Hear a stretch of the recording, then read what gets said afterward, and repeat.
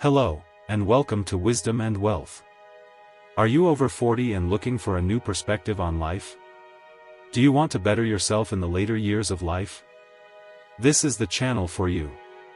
Here, we'll explore timeless wisdom to help you navigate life's complexities and unlock a richer, more fulfilling existence. If you find our content valuable, please consider liking this video and subscribing to our channel. We're passionate about bringing these insights to you and building a community of seekers. Some of life's deepest questions linger within us, often unspoken. One of these questions, especially pertinent for those of us who've journeyed through a few decades, is, why was I born in this particular body? Why into this family, this set of circumstances, this specific life? It's a question that might surface in quiet moments of reflection, a gentle hum beneath the surface of our daily lives. We may not always voice it aloud, but it resides within us, a silent inquiry seeking understanding. The question might arise for a child facing illness, why me? Or for someone born into poverty or conflict. Yet, even those blessed with health and wealth may still experience a sense of incompleteness, a subtle wondering about the why of their unique path. Some propose that life is simply a matter of chance, a random roll of the dice with no inherent meaning. Others attribute it to genetics, arguing that our physical and mental characteristics are predetermined by our DNA, passed down through generations. Still others might believe in a divine plan, where a higher power dictates every birth, every destiny. However, if you pause and genuinely connect with that question within yourself, you'll likely find that these explanations fall short of satisfying your deeper longing. The quest isn't merely about scientific understanding or external forces. It's deeply personal, intertwined with the search for meaning and purpose. It's about grappling with the feeling of inhabiting a life that is undeniably mine, even though I didn't consciously choose its origins. This inquiry isn't new. Throughout history, across diverse cultures, thinkers have grappled with this same fundamental question. Some have perceived life as a chaotic and unpredictable force, while others have embraced the notion of predetermined destiny. The Buddha, however, offered a different perspective, a framework that encourages observation and experience. Rather than providing a ready-made answer, he illuminated a path that leads us to look within, to understand the intricate interplay between our actions and our minds. This isn't just theoretical, it's a path to enrich our daily lives. He introduced the concept of karma, not as a system of supernatural punishment or reward, but as a natural law of cause and effect. As he so eloquently stated, beings are owners of their actions, karma, heirs of their actions, they originate from their actions, are related to their actions, and have their actions as their refuge. It is action that distinguishes beings as inferior and superior. This doesn't mean we should feel blamed for everything, but rather our actions, our thoughts, words, and deeds, leave imprints, not disappearing but shaping the course of what comes next. This echoes through the rest of our lives. Envision a tree growing from a single seed, the fruit of today originates from a planting long ago. Similarly, the life you're living now didn't manifest from nowhere. It's part of a continuous chain of causes, some recent from this lifetime, others deeply rooted from beyond this existence. But they're all interconnected. This doesn't suggest we're puppets controlled by external forces, rather, we are participants in this ongoing unfolding of existence. If you are enjoying this video, please remember to like this video and subscribe to our channel. We upload content to help you achieve a better life and a strong financial future. So, when we contemplate, why was I born in this body, we're essentially delving into the results of actions that are often beyond our immediate perception. Some might wonder, if this is true, why can't I recall anything from before this life? It's a valid question. Memory is limited, like a candle illuminating only what's nearby. Yet, the roots of our being extend far back, even when we can't consciously grasp them. A tree doesn't remember the hand that planted it, but its growth is undeniably influenced by that initial act. This question of, why me, doesn't need to be met with guilt or self-recrimination. Instead, it can be approached with curiosity and compassion, opening the door to a profound understanding, life isn't a punishment or a reward, nor is it a random occurrence. It's a continuation, shaped by our actions, driven by our intentions, and unfolding in this very moment. This doesn't mean we should become complacent. Remember to like this video and subscribe to our channel. We're committed to providing valuable insights to help you thrive. But if the threads of karma are so subtle as to be imperceptible, if we can't trace their origins or recall the past, how does the process actually operate? How is this existence connected to the next, if there's no fixed self to carry it forward? These are profound questions that beckon us to delve deeper, not just into the concept of karma, but into the very nature of consciousness itself. How this unseen current truly shapes our rebirth. This is a journey to explore. The question of why we lack memories of past lives, if our actions genuinely mold our present, is a natural and significant one. It's perfectly reasonable to ponder, if actions I performed long ago led me to be born in this body, with this mind, in this family, why can't I access those memories? Asking this question is not a sign of weakness, it's a doorway to a more profound understanding that surpasses the limitations of memory. Memory is only the surface layer of our mind, while karma operates at a deeper, subtler level, constant, like a river flowing beneath the earth. In Buddhism, the mind is not seen as a fixed, static entity. There isn't a little person sitting inside us, observing everything and storing memories like files in a cabinet. Instead, the mind is more like a stream, ever-changing, moving, and flowing. Each moment gives rise to the next. Thoughts transform into other thoughts, and one life leads to another. The Buddha frequently used the analogy of a flame to illustrate this process. Imagine using one candle to light another. The second flame isn't identical to the first, yet it couldn't exist without it. This is how rebirth unfolds.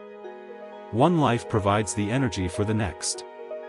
It isn't the same individual transmigrating from body to body, but the continuous stream of causes and conditions flowing onward.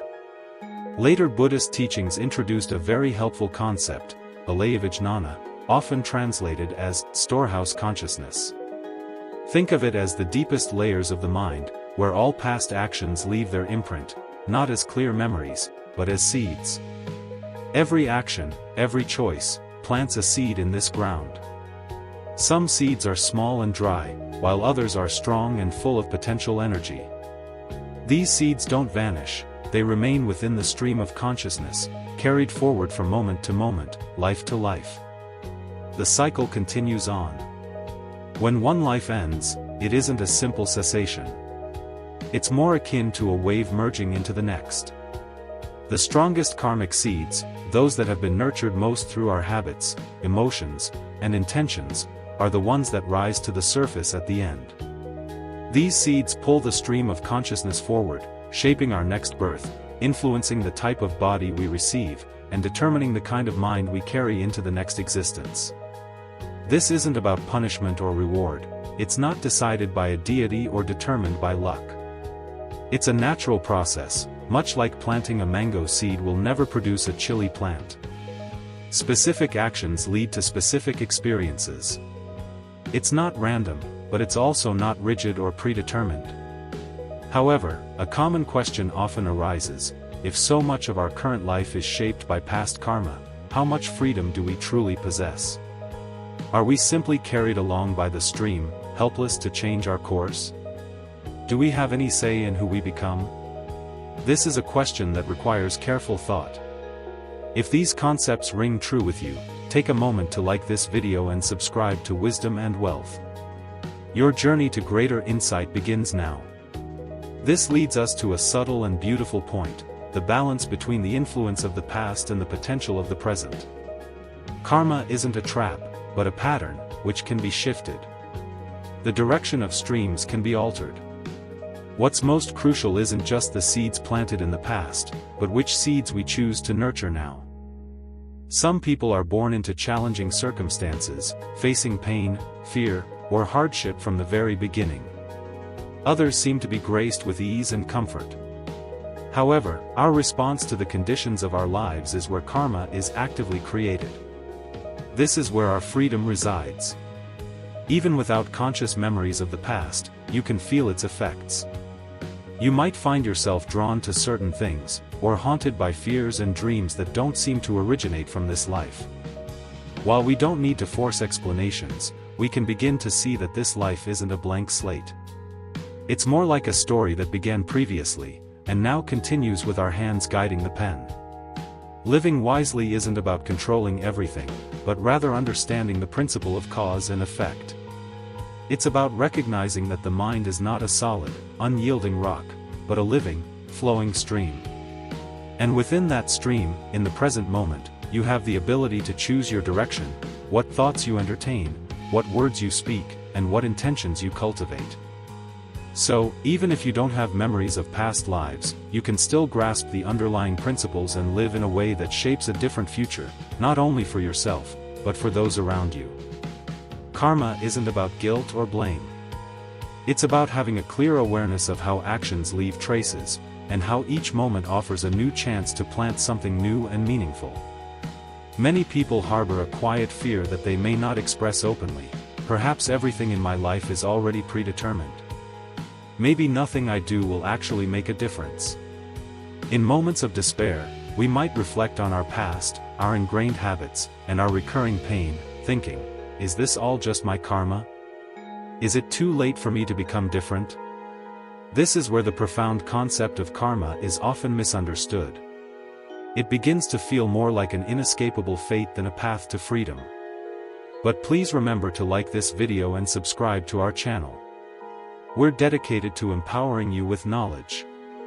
However, the Buddha never taught karma as a form of predestination.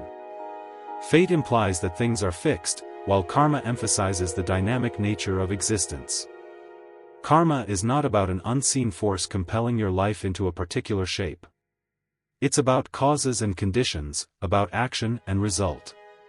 It's about what we intentionally do and how those actions leave their traces. And above all, it's about how we are continuously shaping the next moment through our choices. The Buddha stated clearly, by oneself is evil done, by oneself is one defiled. By oneself is evil left undone, by oneself is one purified. Purity and impurity depend on oneself, no one can purify another.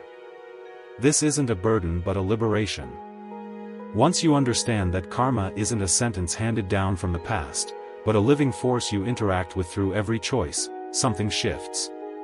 Suddenly, this breath matters. This word matters. The intention you set in this seemingly insignificant moment, it matters. You may be carrying old karma, patterns, tendencies, echoes of past choices.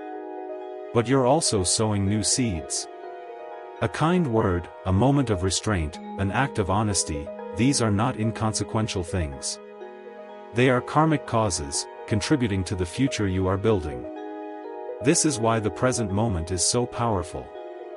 It's not just something we passively pass through. It's a turning point. Even in challenging circumstances, we retain the freedom to choose our response. And this power to choose, even in a small way, is where transformation begins. This idea resonates not only in Buddhism, but also in Western philosophical traditions. The Stoics, for instance, taught that we cannot control everything that happens to us, but we can always choose how we meet it. Yes, you may be born into specific circumstances because of past karma, into a particular body, family, culture, with certain inherent traits and limitations. However, how you live this life is not predetermined. Karma doesn't trap you, it reflects you and awaits your next move. Some people find this challenging. They might say, but I've tried to change, and the same problems keep resurfacing. That's when we return to the concept of karmic seeds. Not all seeds sprout at the same time. Some are deeply buried, requiring time. And even those that begin to grow can be weakened by new choices. What you do now still matters, even if the results aren't immediately apparent. This is why human life is such a rare and precious opportunity, encompassing both the weight of the past and the freedom of the present. You may not control which karma ripens today, but you do control what karma you plant for tomorrow. Now that you have a new understanding of life, please remember to like this video and subscribe to our channel. We offer consistent content to improve your way of life. This raises a deeper question. If each person shapes their life through karma, why are we all so different? Why are some born into comfort while others face hardship? Why do people possess such diverse strengths, weaknesses, and opportunities? This takes us to the next layer, understanding the karmic blueprint of individual lives. Why this particular body and not another? Why this specific combination of joy and pain, success and struggle? Answering these questions requires a closer look at the individual patterns of karma and how they manifest in diverse, personal ways. Join us as we navigate these insightful thoughts.